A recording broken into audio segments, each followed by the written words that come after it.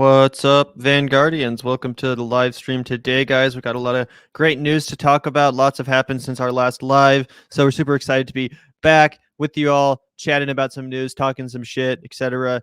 But yeah, how's it going, Zach? Yeah, I was a little bit dispirited the last time we were live. It was a little bit of a hard evening or whatever the fuck time we were recording, afternoon. We definitely were not predicting a lot of good things coming, and that kind of came to fruition, as we'll talk about at length in this stream. But you know what? There's a lot to be excited about right now with the wave of strikes that are happening, and I'm just excited to get the ball rolling again and have a good stream. Yeah, 100%. And you're right about all the worst fears coming to fruition.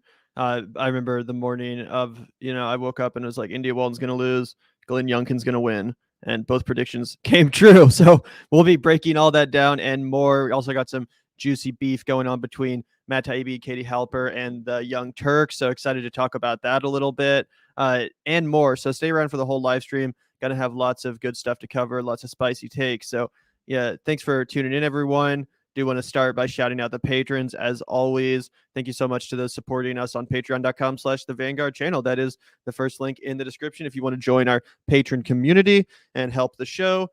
Make sure we can stay afloat in these trying times. But yeah, that's the first link in the description. As I said, patreon.com/the Vanguard channel. And we do like to start and end our live streams with a huge shout out to our patron community for making what we do possible and for supporting the show. So yeah, thanks so much, guys. Really appreciate that support. But we can get right into things. Do you want to start with some of this election news, Zach? Yeah, let's build for a little bit with the election news. I guess we can go ahead and start with India Walton if you want. I'd be interested to get your thoughts on that. It's such an interesting predicament. Early on, we were tremendously enthusiastic about India Walton after she won the Democratic primary. To our mind, that is the main obstacle in a blue area like Buffalo.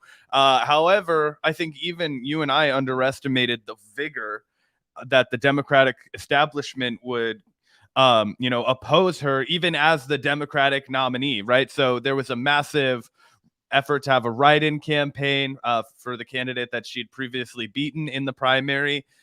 Basically unheard of, and you would have heard a never-ending stream of sabotage had this been an inversion, right? Had the incumbent secured the Democratic nominee and India Walton, had she decided to do a write-in campaign, it would have been considered like completely unacceptable, gauche, jealous, like all these kinds of smears that they would have laid upon her. However, the establishment went full bore and successfully accomplished one of the greatest write-in campaigns that I've ever seen in a mayoral election. I don't know about you, Gavin. What are your thoughts? Yeah, this was pretty wild, guys. And not going to lie, I do feel bad for India Walton, who must have just felt elated when she won the Democratic primary and beat incumbent Byron Brown, of course, thinking she would then go on to handily win the election in November. But yeah, that did not happen. Unfortunately, Byron Brown, the four-term incumbent mayor of Buffalo, along with the help of his corporate donors and the Republican Party, was able to pull out this election and retain his position as mayor, again, despite being a write-in candidate running against the winner of the Democratic primary, India Walton. So I take it a lot of his voters did not vote blue, no matter who. But yeah, let's take a look at this article from the Buffalo News, get some more details on what happened here. It says Byron Brown, considered politically dead by many following his stunning defeat in the June primary for mayor of Buffalo, appears to have resurrected his long career as he claimed victory Tuesday in his bruising write-in campaign against Democratic nominee India Walton. The growing accumulation of write-in votes point to a significant lead for Brown, and the first time any Buffalo mayor has won a fifth term. Walton refused to concede, but that did not stop Brown from proclaiming victory at around 10:30 p.m. He said, this was not just a referendum on the city of Buffalo, it was a referendum on the future of our democracy, which is hilariously ironic, again, considering that she beat him in the Democratic primary. He then redeclared as an independent write-in candidate, basically refusing to just take the L. And again, with the help of a lot of corporate money and Republican support too, was able to pull this out. So, this is pretty tough news to swallow. Definitely, India Walton definitely don't agree with everything she's ever stood or said or stood for. But overall, it can't be denied that she's a better kind of politician than Byron Brown, who's just so entrenched in the establishment and the corruption of the Buffalo and New York at large political system. And it was really time for him to go. India Walton is a fresh voice with new ideas. She's a self-identified socialist, and she was definitely bringing some interesting ideas to the table, such as, increasing the taxes on the rich and preventing gentrification. A lot of stuff that the mayor actually does have power over. So yeah, just a really unfortunate outcome. But specifically, it just really increases my fury towards the Democratic Party in general, because as you said, Zach, if this situation had been inverted, had India Walton lost the Democratic primary to Brown and then decided to redeclare her candidacy as a write-in, it would have been labeled undemocratic, divisive. It would have been, labeled all of these words, and it would have, tried to smear her in every way possible, just like they always threaten to do in the event that an actual lefty decides to take the approach of continuing the insurgent challenge, even after losing a primary, which is basically unheard of because, again, like I said, the media and the establishment scares lefties out of doing so. Many people suggested that Bernie Sanders should do something like that after losing the presidential Democratic primary. And of course, he was scared out of doing it and immediately cuddled up to the nominee and, did speeches for them, et cetera, et cetera. So we never see this in reverse. We only ever see it when it's the establishment Democrat candidate refusing to concede. And it's just really infuriating.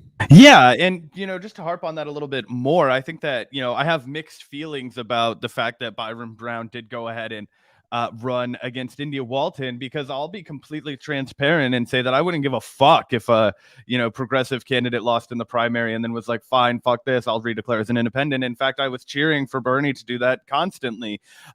So that, that is kind of, pot calling the kettle black if I bitch about, Byron Brown doing that.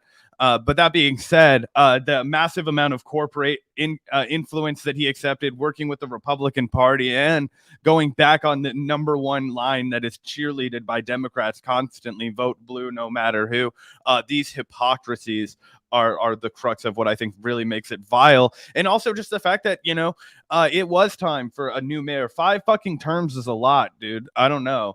You know what I mean? We don't let a president have 5 fucking terms, for good reason. And weren't Americans just freaking out about how the president of Bolivia had too many terms? Like, you know what I'm saying? Like, they don't give a shit when it's their stooges that are doing this shit. So I don't know. It just feels wrong, and it's massively hypocritical. And but it does also let us be reminded for like the 10 millionth time what exactly we're up against when we work within the electoral system, right? Even with, endorsements from people like Chuck Schumer, like Elizabeth Warren, these more I don't want to say like neoliberal mainstays, right? Basically what they are, which was, I imagine, per her mind, going to coddle her up to some of these more like Democratic hardcore blue dogs that she would need to get across the finish line in the Buffalo election to not vote for the write-in candidate of Byron Brown. But I don't know. I just think that all of that proved to not be enough, and we have to seriously reevaluate like how the fuck we're going to be able to penetrate this system, if at all. And I think that we have to stop playing their game in any capacity. I think that Bernie Sanders heir, whoever that is, God, I hope it's not Bernie Sanders, just because the man's just going to be at his wit's end if he runs for president one more time. He already had a heart attack. Like, just, you know what I mean? Although who else is going to fucking do it is the big deal. But they just need to fuck them in the primaries, just like they fucked India Walton. If they lose. Yeah, totally. We have to be able to use these tactics against the Democratic Party, the establishment itself now too. Nothing is off the table now. So if you're a progressive lefty candidate, a socialist that wins a primary or loses a primary, you should continue on that fight no matter what against the Democratic Party establishment, because this episode shows that they're not our allies in any sense. And thank you for the donation, M. Smith, for the $4.99. She made the mistake of entertaining his write-in campaign. He also dug up some serious dirt on her in the final hour, which she didn't outright deny. I'm not familiar with that dirt you mentioned, M. Smith, so I can't really comment on that as far as what potential dirt he dug up on India Walton. So I'll look more into that. Maybe that also had an effect here. And as for entertaining his write-in campaign, I don't really even know what else she could have done, because she tried to, write it off a little bit, but it seemed like he just persisted and had all that money behind him. So again, I'm not really sure what she could have done differently, but I can't deny that I was a little bit disappointed seeing her lean into the kind of like AOC progressive style campaigning towards the end. She brought out AOC and all of these like Justice Democrat types to help stump for her. And, I certainly understand taking the help where you can get it, but I kind of thought that part of the reason India Walton won that primary in the first place is because she distanced herself from that and was kind of presenting herself as a more just like populist lefty candidate, a socialist for the people, not someone that was going to be running in the same stylings as AOC or any of the other squad members who have proven to be pretty ineffective and unpopular with the public at large. So yeah, I was kind of hoping to see her go a different direction than she ended up going in the last couple weeks and months of her campaign. But it's hard to really judge too much because, again, she did win the primary and she was just up against this massive, almost insurmountable blob of corporate money and Republican support. So it's tough to say what she could have done differently to change the outcome. But needless to say, the outcome was not in her favor, and we should consider going forward how we can, how we can change our strategy where we need to, in order to prevent another loss like this. Because again, we almost did have the first socialist mayor of a big city elected in decades, and that was going to be really exciting. So unfortunately, we don't have that, and the left takes another huge L for seemingly the millionth time in recent memory. So yeah, and it looks like, according to the chat, perhaps one of the problems that people are taking issue with her is that she perhaps supported charter schools. And just for the record, personally, I do not support charter schools, and I think that's a really bad path to go down, and I think it's actually antithetical to socialism. But I don't know if somebody can link us to that. We'll definitely talk about it before the end of it. That hadn't come across my purview. But if she's endorsing charter schools, like, I disagree with that decision, although I still think that she's definitely would have been likely a better option for mayor than Byron Brown. Yeah, I totally agree with that if that's the case. And also, just like I said, kind of becoming more of a normie Democrat in those final weeks, I don't necessarily think helped her either. I mean, maybe that's just me. Maybe that's my bias is showing, but I didn't love seeing her, be like, or fucking Elizabeth Warren is such a hero for progress and a true fighter. And like, I'm so honored to receive her endorsement. It's like, oh God, turns out you didn't have to say all that. But anyway, we did get a few super chats that I wanted to shout out. Thank you, Das Bosa Fleischer, for the $4.99. Das Bosa Fleisch. Sorry if I'm mispronouncing that, sir. But let me guess, Jink said something in the member section like Matt Taibbi paid by the Russians. Can't trust him anymore, as he does every time. And yeah, it's a reference to the story we'll be getting to next, involving useful idiots calling out of the Young Turks and their blatant hypocrisy. And yeah, that's basically what happens when Jink gets called out by someone to his left. Oh, they're a Russian asset. They're a stooge for the Kremlin. Okay, Jink, thanks a lot. But yeah, I agree. Das Bos, and thanks for the super chat. Also, thank you so much, Tommy, for the $20 super sticker. Really genuinely appreciate that, man. Really helps the show, and really appreciate the fact that you're enjoying.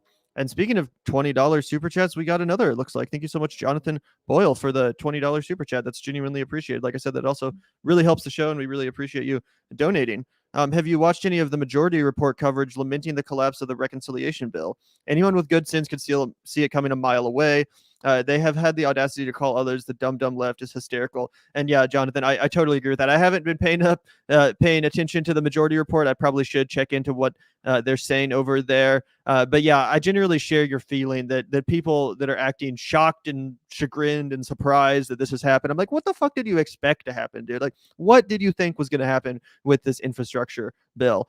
We were calling it here from basically the very, very beginning. We had that interview with Ryan Grimm, and I think Zach actually said, like, this isn't going to happen. The 3.5 trillion is simply not going to be the end number. And Ryan was telling us otherwise. So the fact that we were able to call that, but the DC bureau chief of The Intercept, and people like Sam Cedar, Cenk Uygur, etc., the fact that they're acting like this is some shocking, turn of events, I find hilarious as well. Yeah, okay, it's fucking ridiculous, and this is a trigger for me because, yeah, I was getting pissed off about this a lot in my own fucking mind off air when I was reading people's Twitter feeds back, basically just taking a shit on YouTube shows that only sow doubt about the infrastructure bill. God, geez, I wonder if that could be talking about us. I remember actually Brianna Joy Gray replied to Ryan Grimm's tweet about that and was like, what the fuck? I just talked about this yesterday. And he was like, well, you're not, I consider you more of a podcaster, not so much of a YouTuber. Like, we don't have a fucking podcast. We are only YouTubers.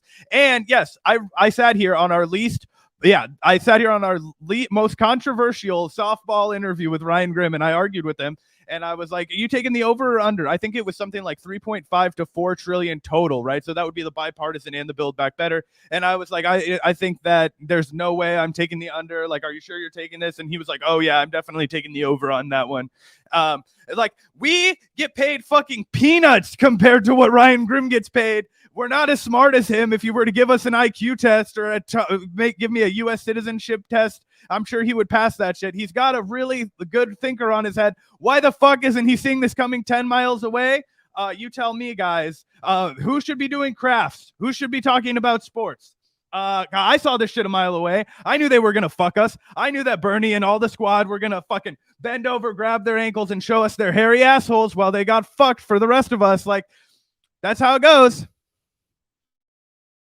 Yeah, crazy. It still blows my mind how condescending that tweet was, and just desperately trying to give the squad, the progressives, credit where they clearly didn't deserve it. And come on, we all knew this was going to happen. We all knew they were going to fold. We all knew that they were going to vote for this anyway, when all was said and done and the bill was gutted and totally castrated by the likes of Joe Manchin, leaving no provisions for the working class or for the environment. Any of the, actually socially transformational aspects of this bill, again, have now been reduced or taken out and reduced the bill to a huge handout to corporations. So yeah, it blows my mind. We're always going to have to bookmark that tweet and bring it back up whenever we can because it's so fucking funny. But yeah, no, just to get back to your answer, Jonathan, or your question, Jonathan, I will check out the Majority Report's coverage. And maybe we can do a segment about that because I'm sure that it's pretty hilarious as well. And thank you also for these bitches won Nikes for the $2. Dems got what they deserved in Virginia. 100% correct. 100% correct. And we'll be talking a little bit about that more in the show. But yeah, it's 100% the Democrats' fault for running one of the most pathetic fucking campaigns in history, in human history, that they lost that election. Of course they were going to fucking lose it. All they wanted to talk about was Donald Trump. So instead of the actual pressing issues which face the country right now. And not only that, they literally dressed up as fake white supremacists and went and stood outside that guy's rally. Like, how did you think that wasn't going to blow up in your fucking face, you stupid pieces of shit?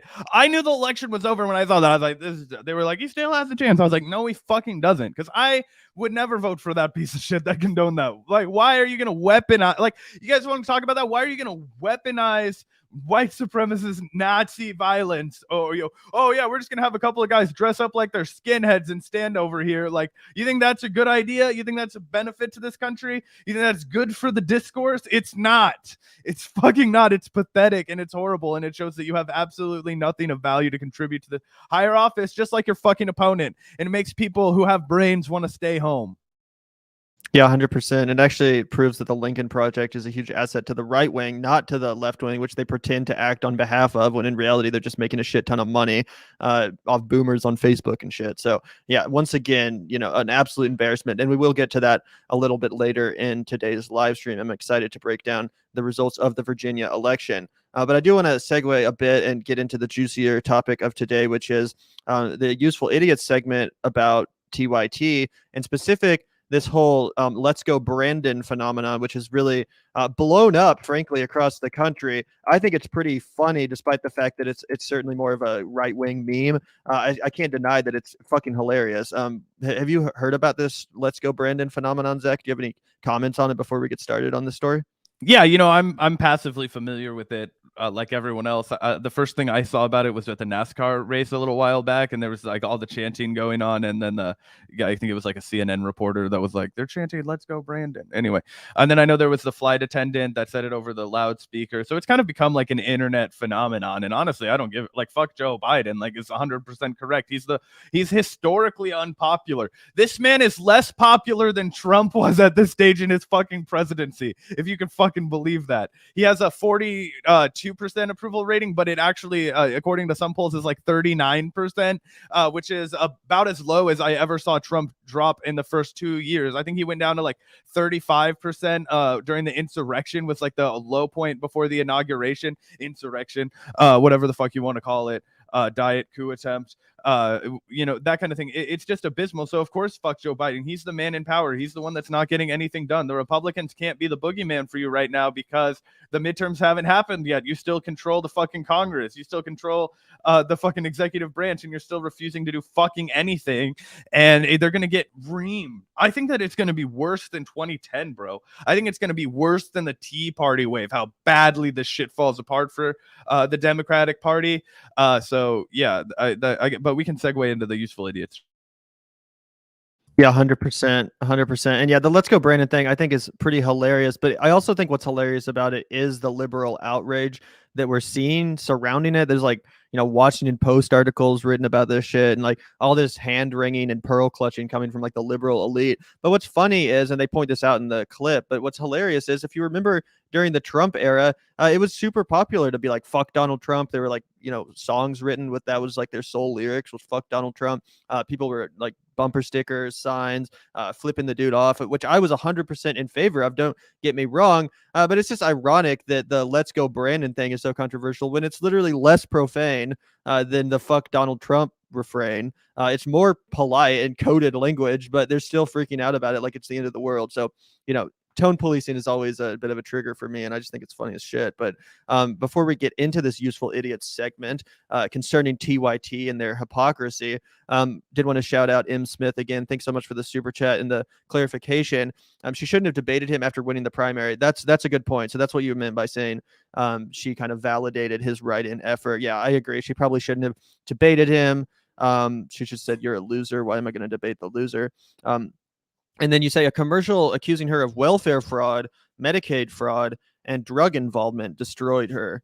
And I, again, don't have any knowledge or familiarity with these charges, but that is kind of unfortunate and pretty scummy, in my opinion, to like dig up some personal issues, especially involving drug use. Like, who gives a shit?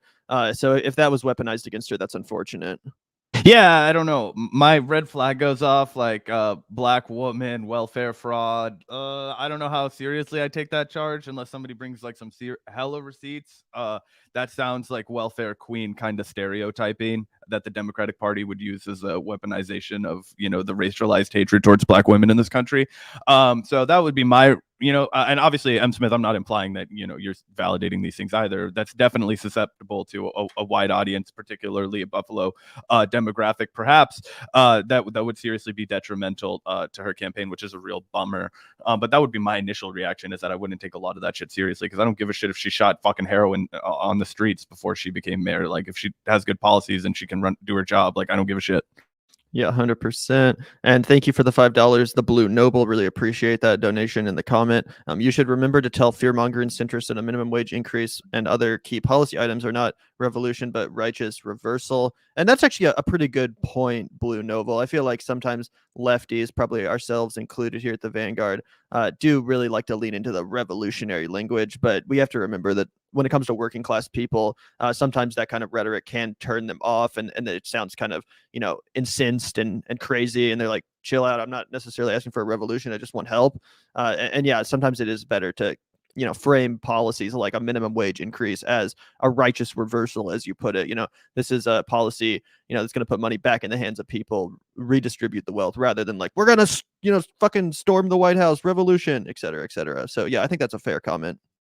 Yeah, I think that's really 100% true. I mean, I think somebody like my mom or dad, people who aren't necessarily going to be chomping at the bit to join a revolution, I think they could both be convinced that, we need to pay people like $18 an hour, $21 an hour. They would probably be like, oh, what are we going to do for small businesses? And, socialists can be like, oh, well, we would provide government aid from large corporations, taxes that would, help facilitate that transition for small businesses. And, once there's more money in the economy circulating amongst working class people, it'll be easier for them to, balance the wages up a little bit more. Simply look at how we organized society, 100 years ago, 50 years ago, etc. Not 100 years ago. We had a bit of a rough spot around then. But anyway, fucking Great Depression. But yeah, 100%. Thanks for the comment, Blue Noble. And then it looks like we got one more from Cordell Blissett. Blame the Jimmy Dore, BJG, Susan Sarandon. Dumb left again. Yeah, that's what always seems to happen, right? You get it right, and the people are pissy that you didn't help them sell the ruse more. You kind of pop that little bubble of fantasy that they're all living in and trying to fundraise off of and raking the dough for. Because guess what? It's hard to get people to tune into your show when you just constantly tell them that the world is fucked up. But hey, we're not here to fucking sell people snake oil. We're here to tell you guys what the fuck is going on. And a lot of times that's unhappy. A lot of times that's, depressing. And we're trying to figure out the new ways to move forward. People don't want to do that shit. They just want to sell you something better. And so it's easier just to blame people that get it right. Yeah, and it really is hilarious seeing the likes of Breonna Joy Gray or Jimmy Dore or whatever blamed for the Democratic Party's failures. Like, are you fucking kidding me? It's like, oh, sorry that we pointed out all the issues that you guys were, have. Sorry we pointed out the problems with the Democratic Party. Like, maybe you could just try fixing those problems and then we wouldn't have to point them out, Yeah, or you could just start pointing them out yourself on the mainstream fucking media, because it's not that fucking hard. Anybody with goddamn eyeballs can see what the fuck is wrong with this country. 100%. And thank you, Dieter McBusiness, for the $9.99. Really appreciate that as well. Somewhat embarrassed, but I watched Morning Joe to understand DNC thinking. Day after Virginia election, it was all wokeism's fault. Today, Biden's infrastructure failure might be partly to blame. Well, thank you so much for the super chat. And don't be embarrassed by that. I actually think it's somewhat healthy to have a little bit of a finger on the pulse of the mainstream media. I don't specifically watch Morning Joe, but I do go out of my way to consume mainstream media, the likes of Politico or, whatever, just average mainstream media programming and writing. That way I know what they're thinking, how they're spinning these kind of stories. And that way it can help me respond to those talking points better and be more familiar with that line of argument. But yeah, that's interesting. And we'll get more into the Virginia election here in a minute. So stay tuned, guys. Maybe wokeism had something to do with it, but I think what it was more about was a referendum on Joe Biden and a rejection of his politics. But yeah, we'll get more into that in a second. Thank you so much for the super chat and the comment. Really appreciate that insight. Yeah, and it looks like he's also promoting his OnlyFans. So if anybody wants to get in on that game, keep a socialist spank bank, if you will, go ahead and subscribe to Dieter McBusiness when he shows you his McBusiness. So that'll be good for you. And shop local when it comes to your pornography. Absolutely. But without further ado, let's get into this Useful Idiots clip. Again, they're calling out TYT and their hypocrisy. And if you're just tuning in, make sure to hit that subscribe button. It really helps us. And hit that like button too. It helps us in the algorithm. But yeah, let's take a look at this, guys. It's really interesting segment, in my opinion. Yeah, I mean, I think it is funny because part of it is, like you said, the fuck Trump stuff is so embraced. And also on the other end, this stuff is so triggering. Yeah. Like at the same time, the same people who embrace the fuck Trump are also the same people who get really triggered by pro-Trump, anti-Biden stuff. How can you have so little of a sense of humor to not get this? Right. Yeah. I wonder why he did say that. I wonder how hard she tried to get into the cockpit too. That's that would have been fun. If she had an accent and was doing it like The Shining style, that would have been really funny. I need a quote. Yeah. I'm not gonna kill you. Yeah. I'm just gonna. All work and no play makes. Yeah, exactly. So Cenk got into the action too, by the way. Oh, what happened?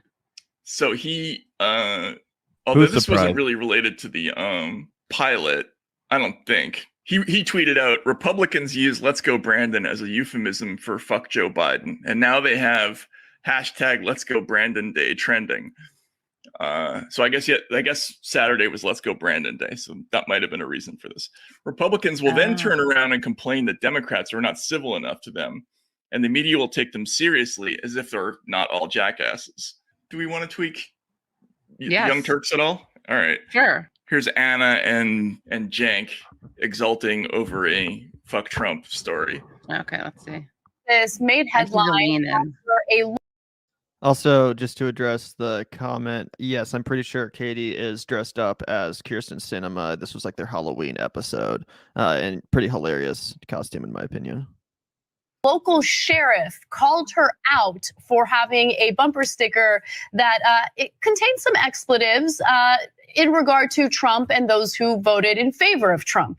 Now, the sheriff, Troy Nels, had threatened prosecution against this woman because of the bumper sticker, but then realized that there were some First Amendment issues there and later took the Facebook post down.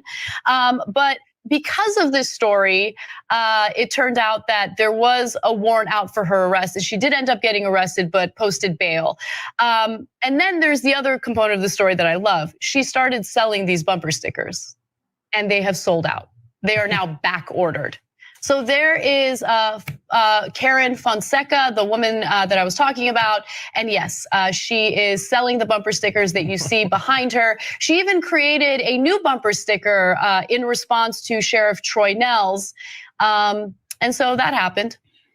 The proceeds from these sales will go toward voter registration drives that will help elderly voters get to the polls. Nice. And just to Nice. rub it in a little bit more, one of the people is a Fort Bend area Democrat named Ali Hassan Ali.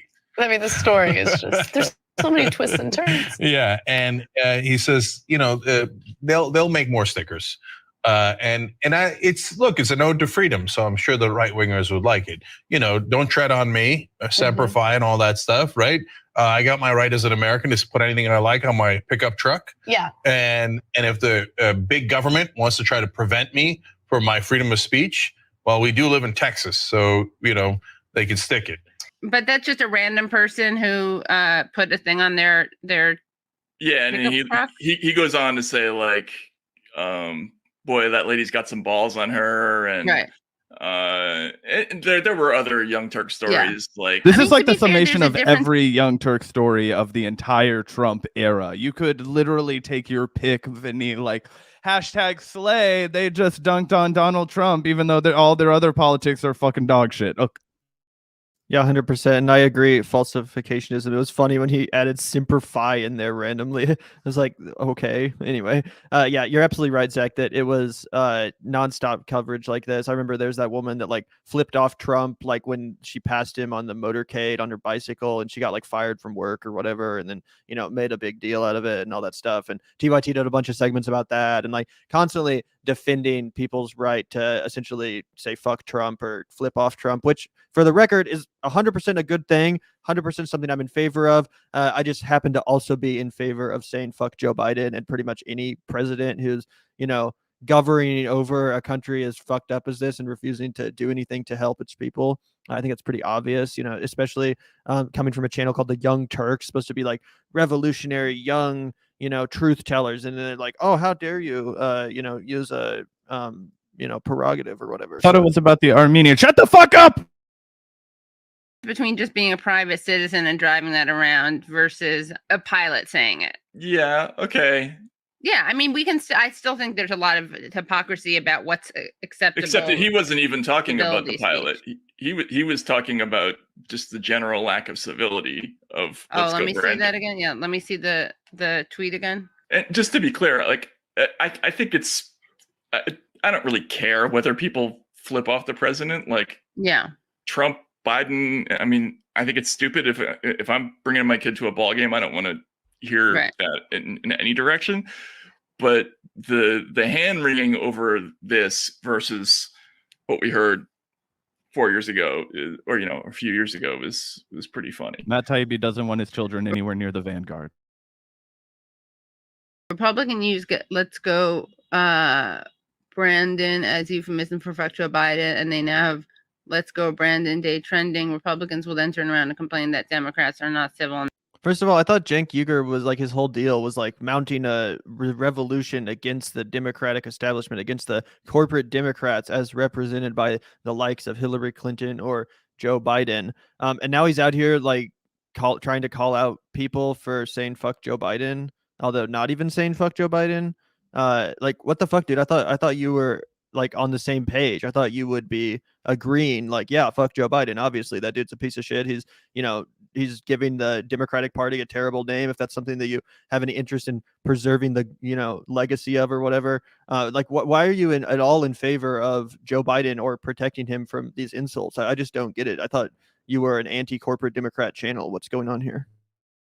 Yeah, it's fucking bullshit, and it's kind of like, I mean, it's just indicative of every single kind of fallacy of fucking rationale that and the blatant hypocrisy that the Young Turks have basically become known for amongst thinking parts of left internet. You know, like nobody really takes them seriously anymore. I almost think it's like boomers who want to first start using the internet will just kind of, you know, hear about it in some way, and like that's the one, you know, online news that they get. And I just don't know how you could just take these people seriously after this, because one, this is the absolute just, you know, 180 from their coverage of Donald Trump, which is like patently obvious, right? And he didn't have shit to say about how this was debasing the way that Republicans took Democrats. Then, like, in fact, he was like, "Oh, I bet Republicans are celebrating this," and all this kind of stuff. So he literally just turns around every single point that he has now that Joe Biden is president, and these kind of inconsistencies are like, it's so obvious that it's hard to even figure out what's going on in his brain sometimes. Yeah, 100%. And as Alan C. pointed out, Biden literally lied about getting arrested trying to meet Nelson Mandela. Again, if your response to the whole "Let's Go Brandon" thing is anything other than like, yeah, fuck Joe Biden, 100%, then you can't call yourself like an edgy, you know, progressive show or whatever. Like, obviously the position is fuck Joe Biden. He's a terrible president. He's letting his own party get absolutely butchered in elections across the country now because of his inaction. The only reasonable response is say, yeah, fuck Joe Biden. I don't understand this. To, let's see, do Republicans? Yeah, I guess that's what you do. Right.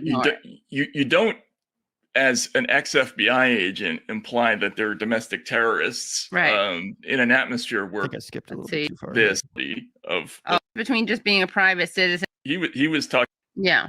Trump, Biden. I mean, I think it's stupid if I'm bringing my kid to a ball game, I don't want to hear Brandon as euphemism for fuck Joe Biden, and they now have "Let's Go Brandon" Day trending. Republicans will then turn around and complain that Democrats are not civil enough to them, and the media will take them seriously as if they're not all jackasses. Who does play this? See, for me, I'm so used to the civility thing coming from liberals towards leftists, so I'm trying to remember what it's like when, let's see, do Republicans? Yeah, I guess no, yeah, I mean, I think there's no real, who cares about the fuck Joe Biden stuff, kind of. Yeah, well, and especially who cares about "Let's Go Brandon."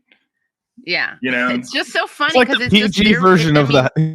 Yeah, I know. It's so like polite and like almost like silly compared to what like the Democrats were saying under Trump, which was just straight up fuck Trump. So it's just so funny to see the like hand wringing and pearl clutching over this, when again it should be totally acceptable to say fuck whatever president's in power. But the fact that they're not even saying that about Biden, the fact that they've, you know, embraced this "Let's Go Brandon" meme is even funnier and just makes this whole, you know, pearl clutching, hand wringing sillier.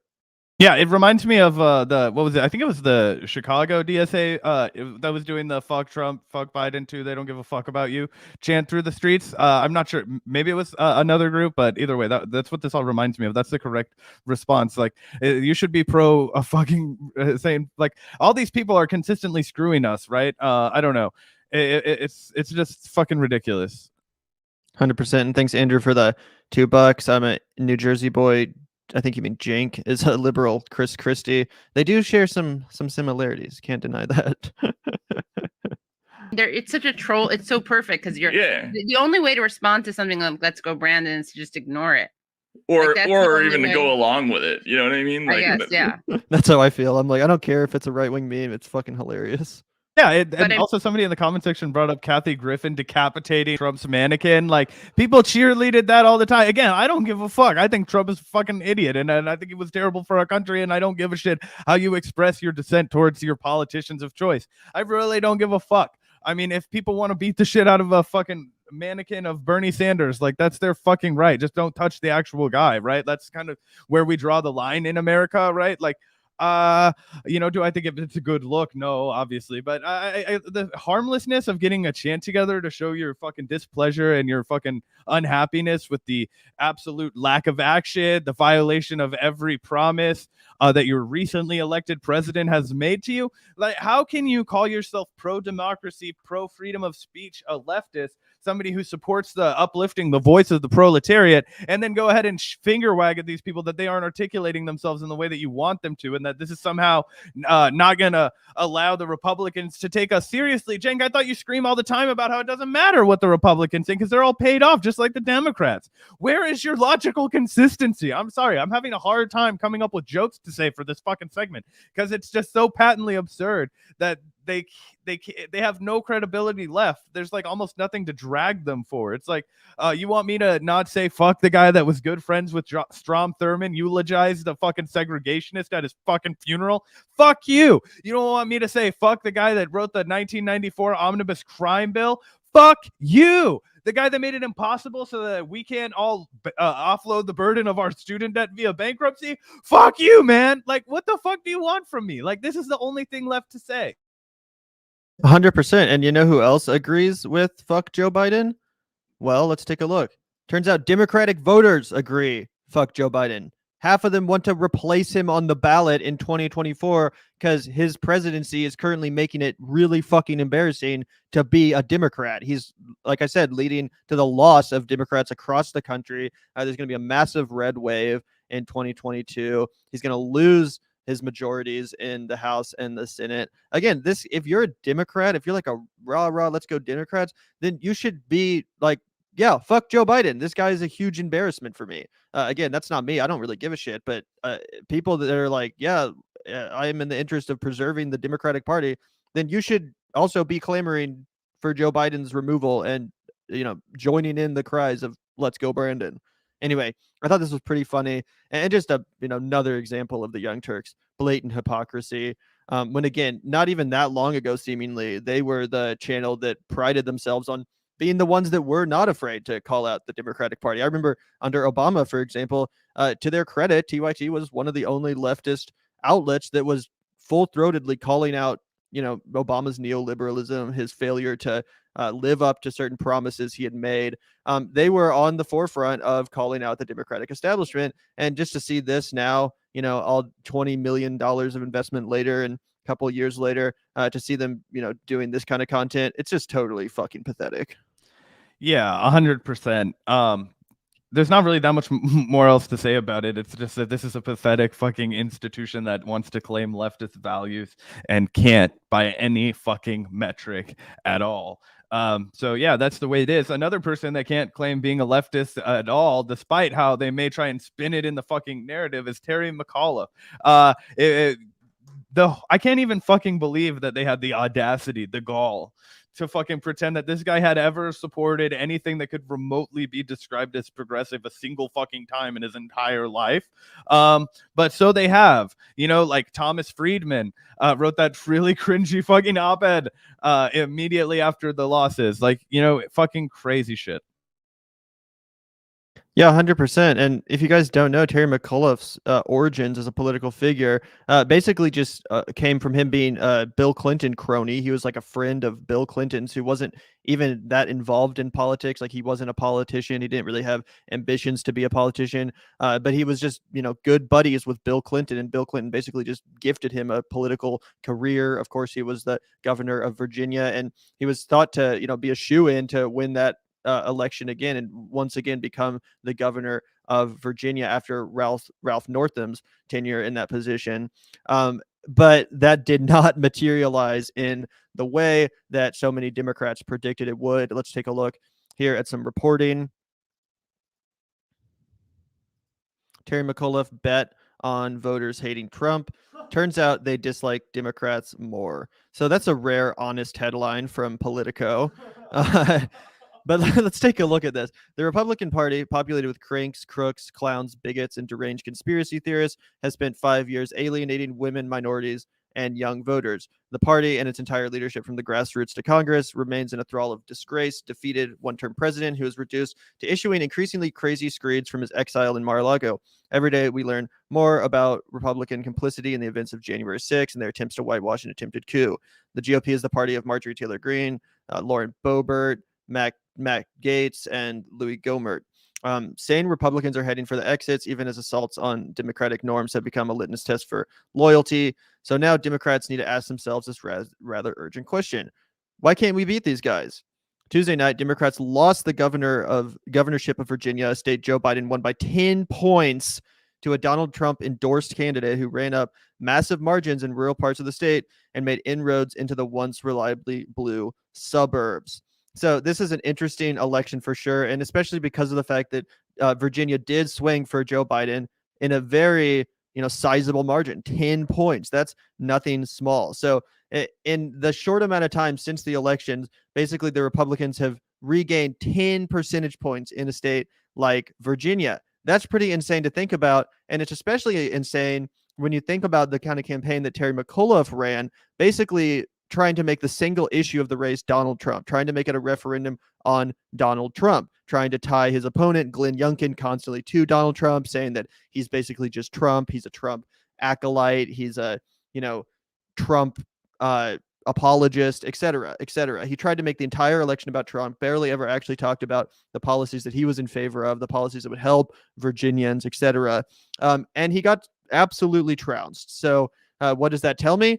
It tells me that this election wasn't so much a referendum on Trump. It tells me that McAuliffe's attempts to tie Glenn Youngkin to Trump in such an intense way failed, and that instead, rather than rejecting Trump necessarily, who didn't really have much to do with this election at all, the voters rejected Joe Biden, who had previously won the state by 10 points. Now they've delivered a huge W to the Republican candidate, defeated this Democrat who was, endorsed and supported by all of the mainstream Democratic figures. And again, what does that tell me? It tells me that Joe Biden is failing miserably to deliver on the promises which he made the American people, the promises on which he was elected, and this is the result. Yeah, and this is a perfect microcosm, a perfect way of foreshadowing what is to come in 2022. This is exactly what happens when, look, people have moved on from the pandemic as far as what polling has showed. It's become very much less lower down on the concerns of people who are voting. And honestly, I think that that pivotal shift is a big part of why people are no longer really interested in Joe Biden anymore. I feel like he won on this assurance that people were going to return to normalcy, that things were going to get better, that Donald Trump had just completely bungled the pandemic. And now that that's not as much of a concern for people, it takes a serious fucking chunk out of why people were supporting Joe Biden to begin with, right? They were looking at it kind of before COVID happened. If you were early speculating on the primaries, it would have seemed fucking crazy that Joe Biden would be able to get it, right? And now he's kind of returned back to that level in people's brains. They know that he's not the kind of guy that can get anything done in office, that he's not going to whip up any votes on the floor, that he's going to be kind of a shadow president, and that it's going to be run by the deep state and a bunch of Clinton-style advisors, Obama-style advisors. Now that, there is no boogeyman anymore, as somebody eloquently put it in the chat, you can't fearmonger about the orange man when there is no orange man, right? And that's what's happening, right? It's Terry McAuliffe, he made the tragic mistake of, everything that's going wrong in the country is wrong because of Trump. Well, Trump has no power, so how could that possibly be true? He wasn't telling them what he was going to do to improve their lives. He was telling them that he was going to finish cleaning up the rest of the job, and everybody's like, wait, Biden's been president for a long time now. I got less than the fucking check that I was promised. Unemployment benefits have ended. People are fucking homeless now. Things aren't looking good. His employment or his approval ratings are all in the trash can. And I just think this is setting up a huge fucking L for the Democrats in 2022. I think it's going to be catastrophic. And I think it's going to be absolutely crippling to any kind of progress that will be had from now until 2024. which I imagine will result in, unless there's a legitimate challenge from the left, another Trump presidency, which will then return us to this vicious cycle where all the MSNBC will do is continue to bitch about Trump, and maybe a few times that'll work, and they'll use that as validation for the way that they constantly cover the guy, when really we all know it's just to enrich themselves. And this is going to be the kind of new cyclical theme for the next decade, perhaps, is kind of my assessment. I don't know. Yeah, no, I totally agree with that. And thank you, Andrew, for the super chat as well, for the $5. Really appreciate that. Here in Blue, New Jersey, Murphy barely won re-election, and the Democratic leader in the New Jersey Senate lost re-election to someone who only spent $153 on their campaign. Damn, that's fucking pathetic. And yeah, I did hear that Murphy barely squeaked out a victory in New Jersey, but it was predicted to be by a much higher margin than it ultimately was. So, with this New Jersey race and obviously the Virginia race as well, we basically see the support for kind of Bidenism crumbling as people come to terms with the fact that, oh, this guy's not actually going to make our lives better in any way. He's just like, a more civil, less boisterous status quo manager than Trump was. And again, a lot of people, unfortunately, in times of desperations, end up going for the, more boisterous, faux populist, louder voice. And someone like Donald Trump could very easily represent that once again next time around. Did want to take a look at this thread from Peter Dow, who used to be a huge, fucking Clinton simp, party operative, but has since turned the corner and actually become pretty base, calling out the Democratic Party a lot. But this is a really good thread. He says, why Democrats lose. As a former Democratic insider, hear me out. After 20 years of waking up to yet another miserable Dem defeat, I realized this is the desired outcome. By watering down real progress, Biden, Pelosi, etc., actually preserve the system and keep the GOP strong. And here's a bunch of quotes from, Pelosi and Biden about how, the GOP is so important to our democracy and why it's, very important that we have a strong Republican Party, and the Republican Party's done so much for the country, etc. He goes on to say, for too long, I subscribed to the common myth that Democrats lose because they, quote unquote, bring a knife to a gunfight, i.e. they are well-meaning but ineffectual in the face of the fascist GOP. However, the facts say otherwise. Just look at the ludicrous build bigger billionaires negotiation. Despite dim control of two branches, the bill keeps shrinking and shrinking from 10 trillion to 1.75 trillion. It's Manchin, it's cinema. It's the parliamentarian, please. And then he, of course, links here to the rotating villain definition, which would describe someone like Cinema or Manchin, or in the past, Lieberman, basically the scapegoat for why the Democratic Party with a complete majority can't actually pass what they promised to pass. He goes on to say, sorry for not buying the Manchin excuse. These choices are from the top. No filibuster reform, no Medicare for all, no court expansion, no closing child cages, no real climate action, no paid family leave, no minimum wage hike, no student debt relief. Again, these were pretty much all, except for maybe the Medicare for all. These were promises made by the mainstream Democratic establishment, at least in the most recent, presidential election. None of this stuff has been delivered on. It doesn't even appear that the Democrats in power are fighting for these promises. So of course people are going to keep falling for it. Of course people are going to keep voting for nothing. Why would you go to the fucking polls, waste a goddamn hour or two of your day to vote for someone that's not going to do what they said they were going to do, not even fight for what they said they were going to do? It's insanity. He then says, when I say dim leaders desire this pathetic outcome, I mean they purposely avoid real progress, anything truly transformative, thus appearing useless and uninspiring. And of course, Republicans fill that vacuum. Biden and Pelosi are masters at the game. And that's just so true. Of course, when Republicans fail to deliver on their most basic promises, of course, Republicans are going to fill that vacuum. That happens every single time. He then says, I quit the Democratic Party once I fully accepted the brutal truth that they are not weak, they are ruthless. Ruthless in crushing any challenge from the left. Their weakness is an act to keep the system humming along for the ruling class. And I think that's just so well put, especially with what we just saw happen to India, Walton, and Buffalo. They're only effective, they're only ruthless when it comes to countering their left flank, not the Republican Party, not the right wing. They actually prefer to share power with the right wing so they can then blame the GOP's obstructionism for why they can't pass anything, instead of having to do the rotating villain approach, which is a little bit easier to see through, let's be honest. Yeah, this is 100% spot on from Peter Dow. Once again, a little late to the dinner party. I would have said this was a little clear to everybody before this morning, before you woke up after 20 fucking years of this shit.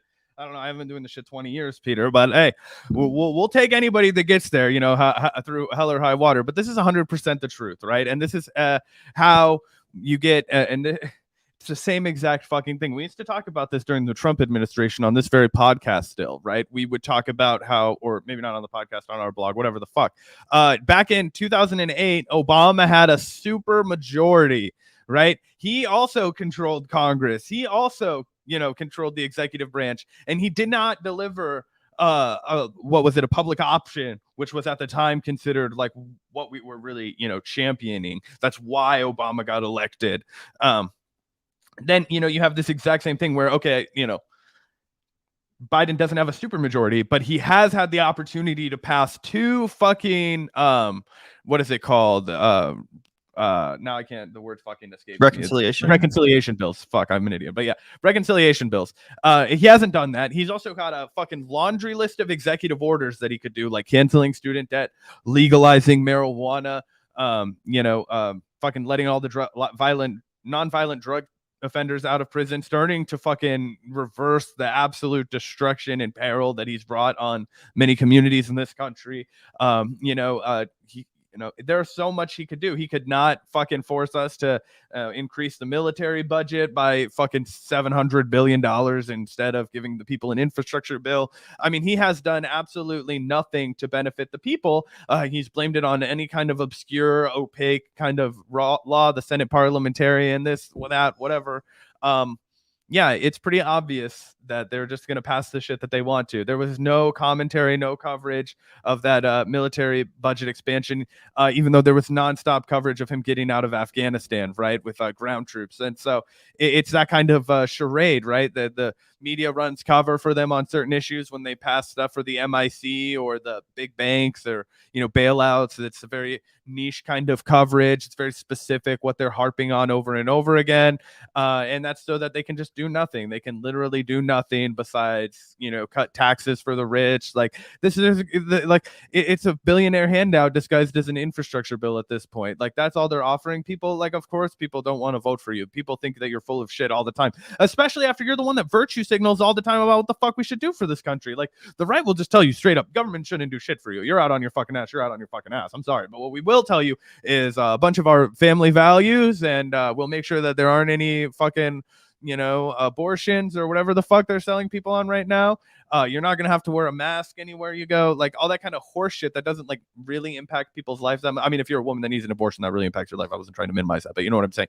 Mask issues, like critical race theory, you know, and all that kind of stuff. It's like, okay, guys, like people will go to that if a Democratic Party delivers them absolutely nothing but just a finger wag every couple of years that it's their fucking duty to vote for them. So yeah, it's I don't know, a little late to the party from Peter, but he gets there. Yeah, 100%. And also what's important to point out is that not only has Joe Biden failed to deliver on his promises or meaningfully improve the, you know, conditions of this country or its citizens, he's also just a terrible leader. Like if you think about someone like Obama or Andrew Cuomo, who, you know, both were terrible leaders too when it came to policy. One thing they taught the electorate was that, you know, the confidence, the charisma, that's not nothing when it comes to politics and when it comes to keeping your approval, keeping your, you know, appearance of being, in control in the leadership position.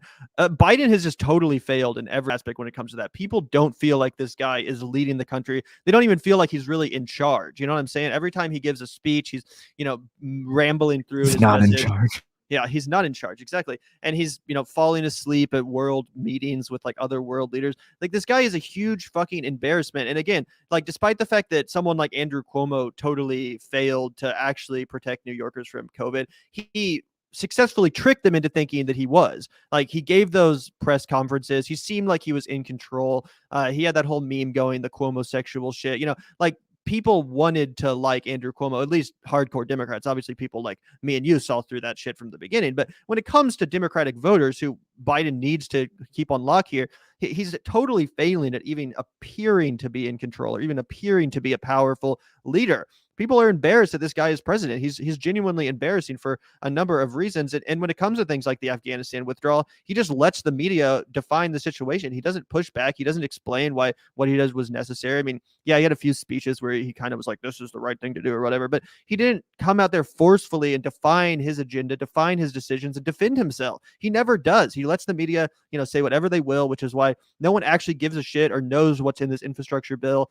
Even before it got gutted, people didn't know what was in it and didn't care what was in it, despite the fact that a lot of those provisions would have really helped the working class. And despite the fact that if you pull those provisions, one by one, they're all massively popular. The infrastructure bill in its totality was actually underwater when it came to favorability because, again, Biden and his establishment didn't do shit to try to define the conversation, to try to actually tell people what was in the bill and define their message. They just let the Republicans and the media define everything because they don't have any leadership. They don't have any charisma or confidence. They're just boring, bad status quo managers, and people don't want that, especially not right now when people are sick of COVID. They want to, clear path out for this country. The economy's in shambles.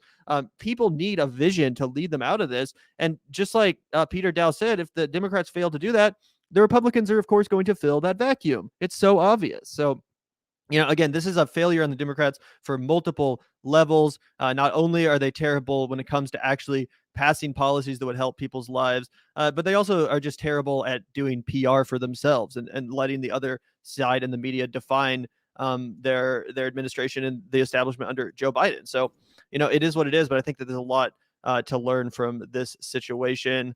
Did want to shout out a few super chats. Let me jump in really quickly before we get to the super chats, just because I think that this is also a good time for people to understand why I was a little frustrated with Bernie Sanders in the way that he played this. Bernie had a lot more power than he realized with his national stature and the amount of ability to garner press, and also just the way that what he says becomes news, right? So much so that it actually became a question in the White House press correspondence room where Jen Psaki had to be like, no, the $3.5 trillion is Joe Biden's deal. Not Bernie Sanders, which is why it's fucking stupid that Bernie Sanders ever said that he would vote for the $3.75 trillion package. What he should have said, no, before then, because he was saying he wanted 6 trillion, and that was an actual reasonable thing. We needed 10. He said he'll get 6 trillion. If he had only shouted 6 fucking trillion, 6 fucking trillion, 6 fucking trillion, I'm not moving 6 trillion, 6 trillion, 6 trillion. You're not a part of my movement. You don't believe in revolution. If you're not behind 6 trillion, then all the squad gets in line because they know that Bernie still got a lot of power with their voters and where their money comes from. He says, no, this is the next step in the revolution, is holding the line on $6 trillion. Then I think we get a lot closer to 4, which is what Joe Manchin said he initially would have voted for.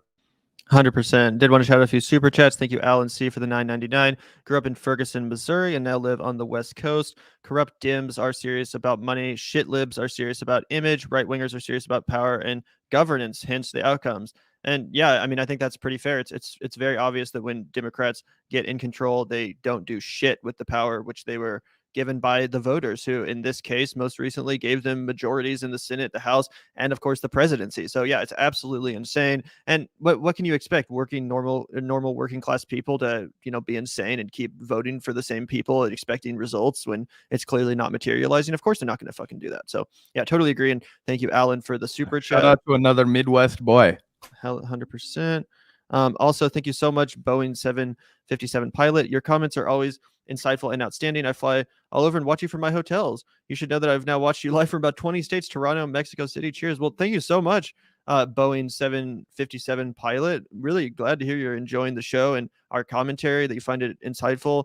And that's really cool that you've watched us live from over 20 states. That's awesome. And Toronto and Mexico City as well. So yeah, thank you so much for the super chat and the compliment. The kind words really do mean a lot. Thank you very much. Yeah, that's super tight. Obviously, hopefully we fly on your plane sometime. That would be dope. But anyway, thank you for the super chat. And it also looks like we did have one more from Hysteric Raider. Yeah, and this is exactly the truth. Only the Dems could resurrect the GOP, who everyone thought was going to go extinct circa 2008. Yeah, they brought them back in full fucking force. If you guys remember, what was that shit that happened in Wisconsin? It was like the red wave or whatever, where they brought everybody to the fucking, I think it was the Wisconsin State House, and there was that huge wave, and now it's like a Republican holiday or whatever the 2010 Tea Party wave is something that, as a 12-year-old, I was 12 when it happened. I still massively remember. I remember going outside in Kansas and seeing like protests of people, around town. It was a big deal. And that's why I'm telling you guys, be prepared to see that shit again in 2022, because that is the level of fucked up, the level of fucking just terrible governance that the Democrats have provided when they got the opportunity to show just how fucking incompetent and incapable Donald Trump was. They went ahead and said, no, let's just sit on our fucking hands and do nothing. Yeah, 100%. And it is pretty crazy just how quickly the Republican Party has been resurrected by the Democrats' malfeasance. I mean, January 6th wasn't that long ago. It seemed like the Republican Party was going to be done for a while after that. Am I wrong? Like, it seemed like that was so embarrassing, such a huge, colossal PR nightmare for the Republican Party that they would, be irrelevant for 5 years. And of course, the Democrats completely failed on their mandate. They completely failed to, pass any transformational substantive change. They didn't even give us the $2,000 that they promised. And yeah, they've absolutely facilitated this, resurrection. 100%, it's the blood is on their hands. But like Peter said in that tweet thread, it's intentional. It's not like they, oops, we fucked up. Woo! Like, no, this was obviously intentional. They don't want to have complete control of governance, because when the Republican obstructionists have control of the Senate and the House, they have an excuse to not pass anything. So, it's just horribly depressing, and honestly why so many people have tuned out of this ridiculous duopoly that we find ourselves in, because it's such a fucking farce. It's such a circus, and people see through it. So, unfortunately, that's just the reality of the situation. I did want to take a look at a few more things before we jump off relating to this race. First of all, in case any of you guys weren't paying attention, I wanted to play this ad from Glenn Youngkin. I think this was like his final ad that he released before the election.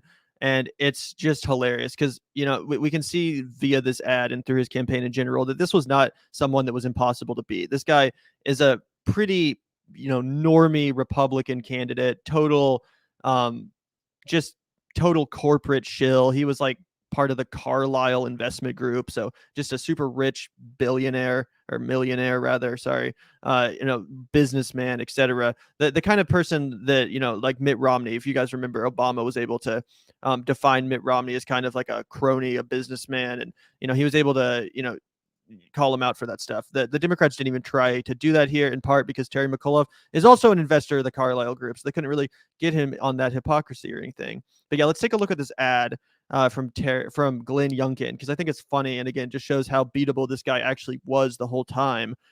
This is so goddamn generic. This is our time.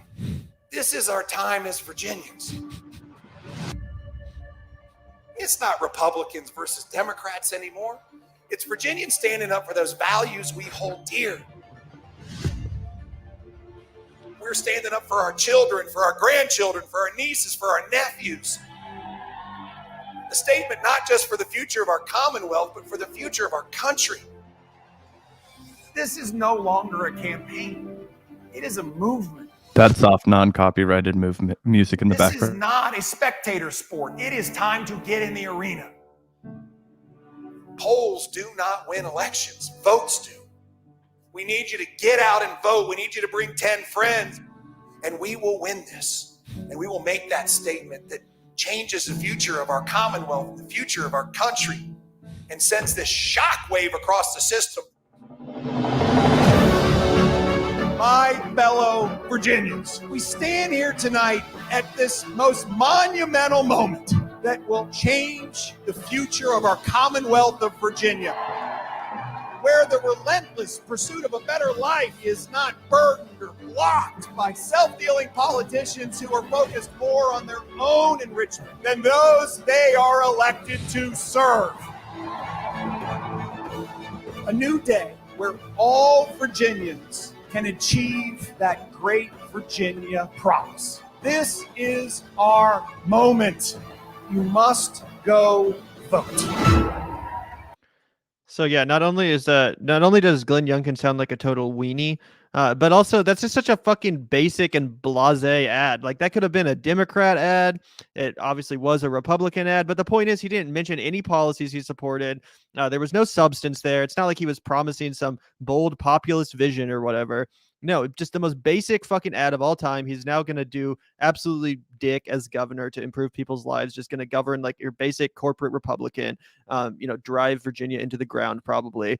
Not that, McAuliffe necessarily would have done anything different. But the point is that it's not like it took some magic to win this race for the Democrats. All they had to do was actually run someone that wasn't Terry McAuliffe, someone that was actually capable of mounting a populist message on behalf of the working class, something to motivate people to get to the polls and vote. But instead, they ran a Biden Democrat and tried to tie him as close as they could as to the president's administration right now, who, as I just mentioned, is underwater in the polls, has completely failed to pass his most basic promises, and is just generally hated by the American public right now. So it's like, of course, the Democrats have only themselves to blame for this outcome. Yeah, I mean, how many times are they going to learn this lesson, right? I mean, God, it's not that much different than when Hillary Clinton lost to Donald Trump, right? Donald Trump was one of the easiest candidates of all time to beat if they would have just run with an actual real message. Instead, they didn't. They ran with neoliberal corporatism, the exact same thing that voters have been fed up with for 40 fucking years, and shot themselves in the foot. Not that Glenn Youngkin necessarily is that much of a Trumpian character. As you just mentioned, his ads are blasé. He's not entertaining. He is really contrived and very much a product of advisors from the Republican Party. I mean, like the stale, non-copyrighted music that I'm sure you could find in 10 seconds on any kind of editing software program, like the uplifting, shitty trailer music for an underfinanced film. It's all in there. It's all super fucking cringy. Yeah, the fact that they lost this race, and just to harp on this one more time, that bus that he had everybody sign, the fucking fake white supremacists, guys. You can't make this shit up. That was like the reverse Jussie Smollett, guys. It was fucking crazy. I can't believe it didn't get more news coverage. I mean, I really only saw Glenn Greenwald on our Twitter feed losing his mind about it. And I was like, holy shit, how is this happening? I was like, yeah, look at this shit. Lisa, look at this shit. Nobody else was fucking talking about it. But the people of Virginia knew about that shit. And it's such a bad look. It just makes it impossible to vote for that son of a bitch, regardless of the fucking side of the aisle that you're on. Did you have another clip from the election? One other thing I wanted to play, yes, because now that we've seen some of Glenn Youngkin's promotional material, I wanted to share one of the very inspiring stump speeches given on behalf of Terry McAuliffe, of course, by none other than Vice President Harris, who gave just a barn-burning speech here. I can't believe Terry didn't win after this kind of fire. But yeah, let's take a look at this. Tell everybody to vote tomorrow. Nothing like saying, you want to meet me tomorrow? What you doing tomorrow? You got any plans tomorrow? Tomorrow's a good day. It's going to be a good day. Please clap. But the point is. But the point is, anyway, yeah, I don't understand why she's trying to put on this Southern grandma voice now, like she's Paula Deen or something. Like, bro, we all know you're a coastal elitist. Stop, from San Francisco. Stop trying to pretend like you're, go out and vote tomorrow for my good friend Terry. It's going to be a great day. Shut the fuck up. And of course, even regardless of that, just totally failing to inspire the crowd or get them, fired up. Totally failing to produce any sort of enthusiastic for this candidate, which already is impossible to get enthusiastic about. Yeah, I forgot about that. I knew we were going to react to that. I still forgot it. That is a piece of comedy gold. And you actually told me yesterday, before you showed it to me, you were like, this is why I look forward to election season, so that we can watch people fall on their fucking faces like this. I mean, it is truly chef's kiss, just a disaster. Nobody is at all moved by anything that she has to say, and why the fuck would they? She thinks she's making a cultural reference. I think she thinks she's speaking colloquially, but she's not saying anything that makes sense. It's like you're translating another language that is very different than ours into our language when you're saying it. Nothing like saying, what are you doing tomorrow? What the fuck does that mean? Nothing like saying that? Why? What the fuck are you talking about? This is I think she's like a broken robot that somebody spilled a little bit of coffee on, and she's short-circuiting. Her joke book is just I don't understand it. It's so fucking cringy. But yeah, I also had one more thing that I wanted to shout out super quickly before we get off the podcast tonight. Let me just share, or this afternoon. Fucking shit. Let me just because I wanted to shout out Jonah Furman's reporting, and I wanted to tell everybody to go subscribe to his Substack. One of the things that's been really bumming me out about this week is obviously all the fucking negative news that's going on. But I actually read his Substack This Week in Unions from last week, and there is a lot of stuff to be excited about in here, guys. A lot of good stuff to I guess look over. But he not only does John Deere have 10,000 people on strikes, but he's also documented that there's a CW Local 1133 strike at Mercy Hospital in Buffalo, New York, that's entered its second month. And the Catholic Health Clinic has cut off 2,000 strikers workers healthcare, which is absolutely ridiculous, and as Jonah observes, like probably the most unchrist-like thing that you could possibly do. Warrior Met is beefing with their workers right now because they found an Alabama judge willing to ban 1,100 members from picketing after an 18 months on strike. There's the Kellogg's strike that continues. You have the Kaiser workers, which I think is 20,000 strong in a union, that are threatening to go. They've already voted overwhelmingly to strike. They just haven't begun their strike. There's graduate students at places like Harvard and Columbia that have staged strikes with UAW chapters. A school I briefly attended, Columbia College of Chicago, recently hundreds of faculty voted to authorize a strike. 17,000 individuals in the University of California student researchers have filed for union recognition. This is a lot of really good stuff, guys. So I just wanted to throw that out for everybody and just shout that out, and also tell everybody to follow Jonah Furman on Twitter. He's just at Jonah Furman, and he's been really doing some excellent on the ground coverage. He also has a Substack.